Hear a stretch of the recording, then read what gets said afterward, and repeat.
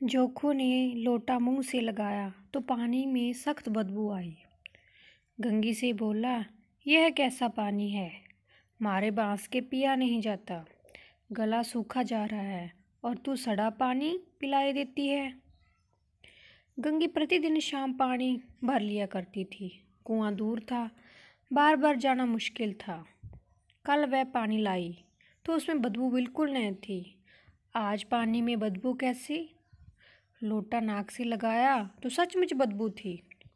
जरूर कोई जानवर कुएं में गिरकर मर गया होगा, मगर दूसरा पानी आए कहाँ से? ठाकुर के कुएं पर कौन चढ़ने देगा? दूर से लोग डांट बताएंगे। साहू का कुआं गांव के उस सिरे पर है, परंतु वहां पानी भरने कौन देगा? चौथा कुआं गांव में नहीं है। जोखो कई दिन से बीमार है। कुछ देर तक तो प्यास रोके चुप पड़ा रहा, फिर बोला, अब तो मारे प्यास के रहा नहीं जाता। ला थोड़ा पानी नाक बंद करके पी लूं। गंगा ने पानी न दिया। खराब पानी से बीमारी बढ़ जाएगी, इतना जानती थी, परंतु यह न जानती थी कि पानी को उबाल देने से उसकी खराबी जाती रहती है। बोली, यह पानी कैसे पियोगे? न जाने कौन सा जानवर मरा है। कुएं से मैं दूसरा पानी लाई देती हूँ। जोखू ने आश्चर्य से उसकी ओर देखा। दूसरा पानी कहाँ से लाएगी? ठाकुर और साहू के दो कुएं तो हैं, क्या एक लोटा पानी न भरने देंगे? हाथ पांव तोड़वा आएगी और कुछ न होगा, बैठ चुपके से। ब्रह्मा देवता आशीर्वाद देंगे, ठाकुर लाठी मारेंगे, साहू जी 1 के 5 लेंगे। गरीबों का दर्द कौन समझता है? हम तो मर भी जाते तो कोई द्वार पर झांकने नहीं आता। कंधा देना तो बड़ी बात है, ऐसे लोग कुएं से पानी भरने देंगे? इन शब्दों में कड़वा सत्य था। गंगी क्या जवाब देती, किंतु उसने वह बदबूदार पानी पीने को न दिया। रात के 9 बजे थे। थके मांदे मजदूर तो सो चुके थे। ठाकुर के दरवाजे पर 10-5 बेफिक्रे जमा थे।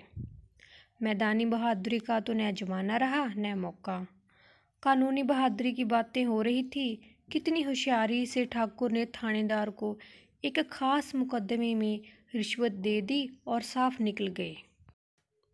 कितनी अक्लमंदी से एक मार्के के मुकदमे की नकल ले आए। नाजिर और मोहित में सभी कहते थे नकल नहीं मिल सकती। कोई 50 मांगता, कोई 100। जहाँ बेपैसे कौड़ी नकल उड़ा दी। काम करने का ढंग चाहिए। इसी समय गंगी कुएं से पानी लेने पहुंची। कुप्पी की धुंधली रोशनी कुएं पर आ रही थी। गंगी जख्त की आड़ में बैठी मौके का इंतजार करने लगी। इस कुएं का पानी सारा गांव पीता है, किसी के लिए कोई रोक नहीं, सिर्फ ये बदनसीब नहीं भर सकते। गंगी का विद्रोही दिल रिवाजी पाबंदियों और मजबूरियों पर चोट करने लगा। हम क्यों नीच हैं और ये लोग क्यों ऊंच हैं? इसलिए कि ये लोग गले में तागा डाल देते हैं। जहाँ तो जितने हैं एक से एक छठे हैं। चोरी ये करें, जाल फरेब ये करें, झूठे मुकदमे ये करें। अभी इस ठाकुर ने तो उस दिन बेचारे गडरिये की भेड़ चुरा ली थी और बाद में मार कर खा गया था। इन्हीं पंडित जी के घर तो 12 मास जुआ होता है। यही साहू जी तो घी में तेल मिलाकर बेचते हैं, काम करा लेते हैं, मजदूरी देते नानी मरती है। किस बात में हमसे ऊंचे हैं? हाँ, मुंह में हमसे ऊंचे हैं। हम गली गली चिल्लाते नहीं कि हम ऊंचे हैं, हम ऊंचे हैं। कभी गांव में आ जाती हूँ तो रस भरी आंखों से देखने लगते हैं, जैसे सबकी छाती पर सांप लौटने लगता है, परंतु घमंड यह है कि हम ऊंचे हैं। कुएं पर किसी के आने की आहट हुई। गंगी की छाती धक धक करने लगी। कहीं देख ले तो गजब हो जाए। एक लात भी तो नीचे न पड़े। उसने घड़ा और रस्सी उठा ली और झुककर चलती हुई एक वृक्ष के अंधेरे साए में जा खड़ी हुई। कब इन लोगों को दया आती है किसी पर।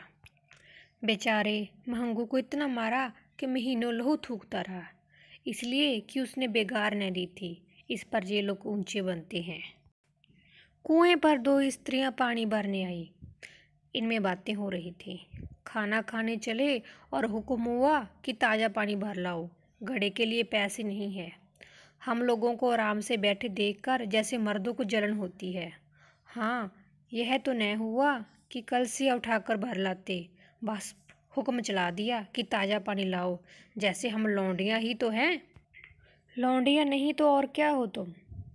रोटी कपड़ा नहीं पाती, 10-5 रुपये भी छीन झपट कर ले ही लेती हो, और लौंडिया कैसी होती है?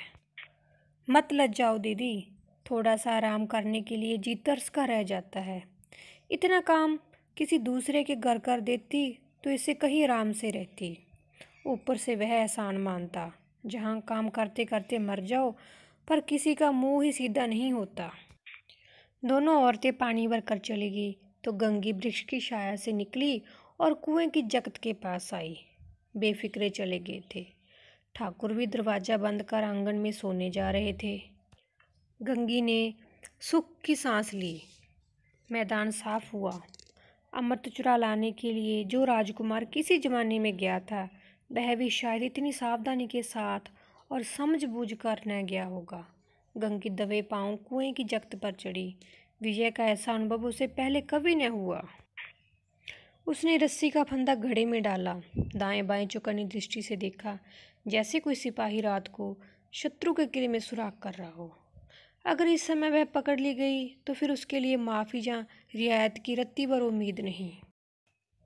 अंत में देवताओं को याद करके उसने कलेजा मजबूत किया और घड़ा कुएं में डाल दिया। घड़े ने पानी में गोता लगाया, बहुत ही आहिस्ता।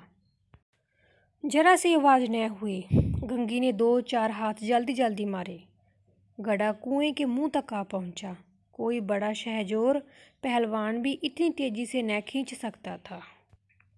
गंगी झुकी कि घड़े को पकड़कर जगत पर रखे कि एकाएक ठाकुर साहब का दरवाज़ा खुल गया। शेर का मुंह इससे अधिक भयानक ना होगा। गंगी के हाथ से रस्सी छूट गई। रस्सी के साथ घड़ा धड़ाम से पानी में गिरा और कई क्षण तक पानी में हिलकोरे की आवाज़ें सुनाई देती रही। ठाकुर कौन है, कौन है पुकारते हुए कुएं की तरफ आ रहे थे और गंगी जगत से कूदकर भागी जा रही थी। घर पहुंचकर देखा कि जोखू लोटा मुंह से लगाए वही मैला गंदा पानी पी रहा है। तो दोस्तों, यह थी मुंशी प्रेमचंद की कहानी ठाकुर का कुआं। उम्मीद है आप लोगों को अच्छी लगी होगी। धन्यवाद।